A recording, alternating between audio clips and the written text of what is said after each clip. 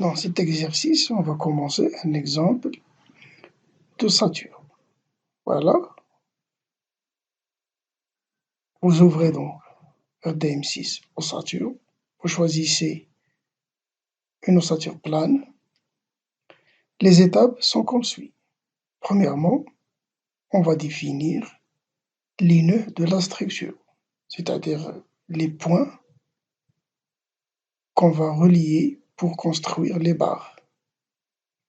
Donc, le premier point, nous allons considérer le point de coordonnées 0, 0.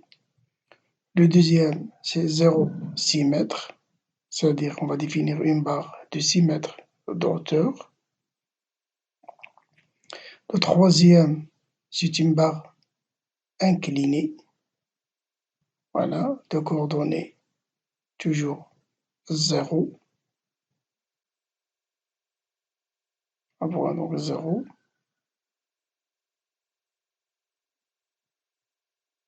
7 mètres, on va donc aller jusqu'à 7 mètres.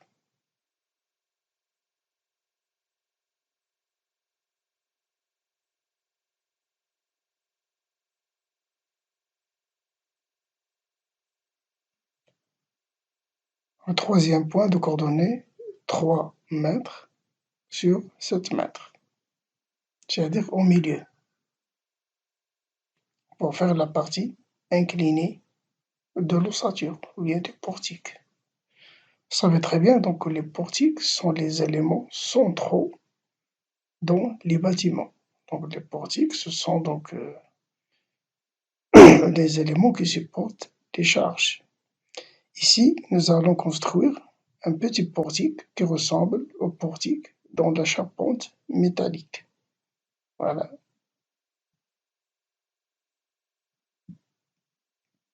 Vous avez deux poteaux verticaux.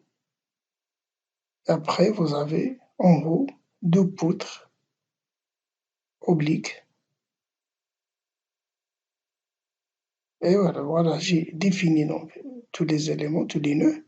Maintenant, je dois relier les nœuds pour construire les barres. Voilà, chaque nœud, je vais les relier au nœud qui lui correspond pour construire. Je construis donc le premier poteau. Donc les éléments verticaux, généralement, on les appelle des poteaux. Le deuxième, troisième et le quatrième. Voici ma structure. Maintenant, ma structure est dessinée. Donc l'étape suivante, je vais donc affecter le matériau, c'est-à-dire les données que nous utilisons toujours, mais dans le calcul analytique. Dans le calcul analytique, nous avons besoin d'affecter un matériau. J'affecte le matériau un acier à tout le groupe, c'est-à-dire toute la structure. J'ai utilisé la couleur rouge, voilà, lorsque la structure prend la couleur rouge, ça veut dire que le matériau est affecté. Maintenant, je dois choisir la section des poteaux et des poutres. Je vais utiliser un IPE, un profil I à partie égale.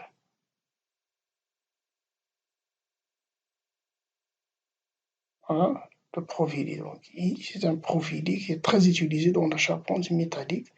Je vais utiliser un profil I de la bibliothèque, le IPE 100. J'ai utilisé le IPE 100. Maintenant, l'étape suivante, je dois appliquer les conditions aux limites et le chargement.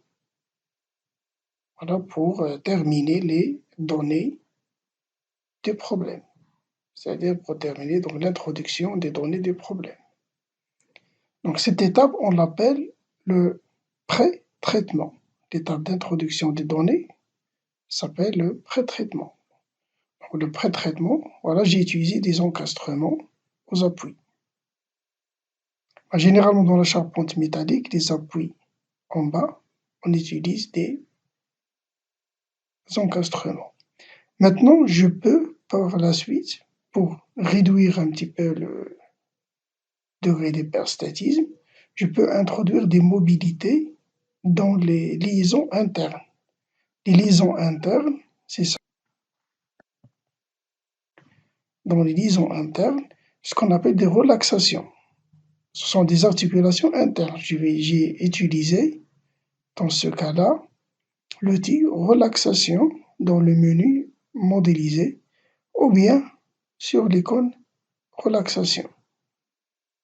Donc les relaxations, je les mets quand j'aurai besoin. Relaxation, c'est-à-dire que ce sont des liaisons boulonnées dans la charpente métallique. Je remplace donc les soudures par des boulons. Voilà, ça permet de relaxer un petit peu le mécanisme. Bien sûr, c'est demandé. Maintenant, puisque le problème est académique, c'est juste pour vous montrer la notion de relaxation. Maintenant, j'applique la force Fx égale à moins 1000 newtons sur le nœud de droite.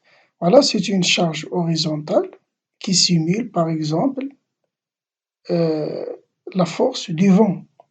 Dans la charpente métallique, généralement, ils sont soumis aux forces du vent. Ils sont bien calculés pour résister au vent. Et voilà, j'ai lancé le calcul. Voilà les résultats qu'on me donne. Et je peux maintenant voir tous les résultats, la déformer, l'effort normal dans toutes les barres, l'effort tranchant. En bas, vous avez les valeurs maxi. Il affiche les valeurs maxi de chaque paramètre. La contrainte, répartition de la contrainte. Voilà.